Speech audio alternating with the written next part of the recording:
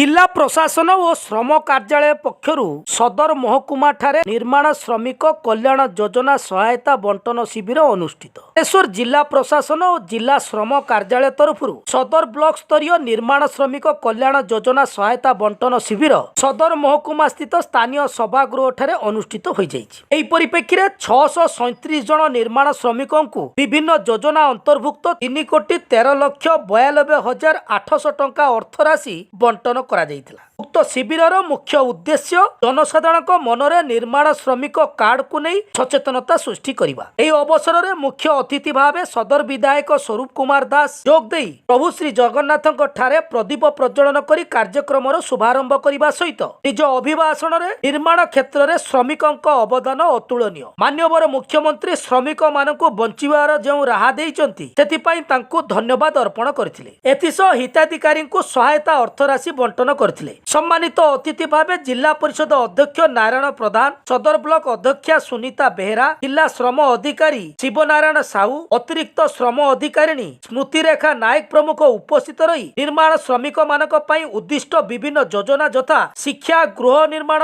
विभागर ऋतुकालीन सहायता भली अनेक योजना गुड़िक किपरि सुचारू रूपे पाई परिबे से संपर्क में उपस्थित समस्त को अवगत कराइथिले। अतिरिक्त श्रम अधिकारी दीप्ति रंजन साहू सभा परिचालना और धन्यवाद अर्पण करथिले। कठिन परिश्रम फल आज ओडिशा तार स्वतंत्र परिचय सृष्टि कल्याण विषय परिवार विषय जो से चिंता कर समस्त निवेदन करी प्रिय मुख्यमंत्री नवीन पट्टनायक जोरदार करताली बोर्ड मुख्य उद्देश्य हूँ जो अनऑर्गेनाइज सेक्टर माने जो माने काम करछथि जीवन जीविका सहित किपरि भाव में स्वावलंबी पारे भल भाव बंची पारे से दिगरे जत्न मानिछि। 2004 मसीहा पाखरु ए प्रोग्राम आरंभ होइछि। हम जिल्ला रे आखाबाकी 2 लाख निर्माण श्रमिक बंधु माने नाम रजिस्टर करछथि एवं सदर निर्वाचन मंडल पाखाबाकी 30,000 निर्माण श्रमिक बंधु माने नाम रजिस्टर करछथि। जो कथा टीएलओ सर बार-बार कहउछथि जे आपण निर्माण श्रमिक भितर अंतर्भुक्त अछथि किंतु ताको रिन्यूअल करबा आवश्यक। आपण जदि रिन्यू करिवे नहीं से कार्ड आपण को लैप्स कर जिवो। जे लैप्स कर जिवो जो सहायता बेनिफिट अच्छी जहाँ राशि सरकार आपंकर बेनिफिट पाई से आप वंचित दरकार पिला पाठ पढ़ा को आरंभ करी बाहागर एवं कहार दुर्घटना जनित बा अकाल वियोग है कि अन्य जहाँ है ताको आमे ठीक भावे बरखास्त करबा दरकार। प्रथम करी आमे रिन्यूअल करबार आवश्यकता अछि कारण से ताको आमे ठीक भावे यदि न करबा आमे माने असुविधा रे पड़िबा जहा कि सहायता पाइबारे आमे असहाय तैयारी करबा सेति आगे किसी कर्तव्य करिवार अछि। तेणु समस्त को निवेदन अछि आज हम सदर निर्वाचन मंडल जो कार्यक्रम करा जाउछि निश्चय आज 637 जन को दिया जीव से शिक्षा पिला माने पाठ पढ़िबा बाबद रे ताको 200 जन को दिया जाउछि। मैरिज बाहागर पई 320 जन को दिया जाउछि एवं जो माने प्रसव जनित एटे 4 जन को दिया जाउछि और डेथ बेनिफिट जो माने मृत्युवरण करते तार बेनिफिट 68 जन पाइबे।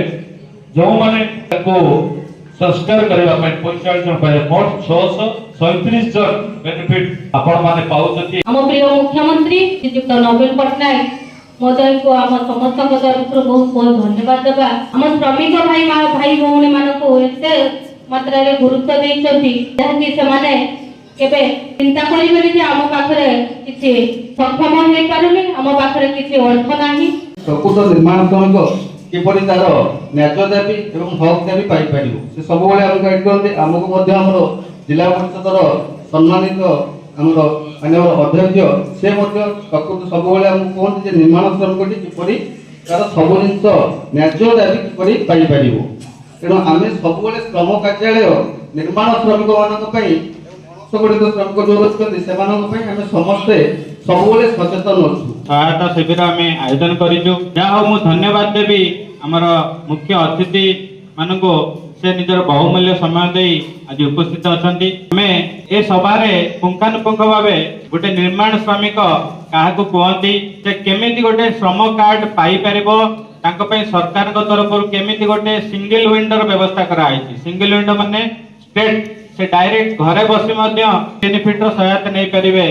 तापर आमे ପୁଙ୍ଖାନୁପୁଙ୍ଖ ଆଲୋଚନା କରିବା ଏବଂ ନିର୍ମାଣ ଶ୍ରମିକ କାର୍ଡରେ ଯୋଉ ଅଧିକାର ଅଛି ତାକୁ ପାଇବା ପାଇଁ ତାର କଣ କର୍ତ୍ତବ୍ୟ ରହୁଛି ସେ ସବୁ ଉପରେ ଆମେ ଆଲୋଚନା କରିବା। ଚେକ୍ ଆପଣ ଘରକୁ ଦିଆ ହବନି, ଡାଇରେକ୍ଟ ଆପଣ ଆଧାର ଯୋଉ ବ୍ୟାଙ୍କକୁ ଲିଙ୍କ ହେଇଛି ସେଇ ଆକାଉଣ୍ଟରେ ପଇସା ଯିବ। ପାର୍ବତୀ ସେନାପତି ନୟନା ସଦସ୍ୟ ଅଛନ୍ତି, ବାସନ୍ତୀ ଲତା ଦାସ ଅଛନ୍ତି କରିବା ବିବାହ ପାଇଁ।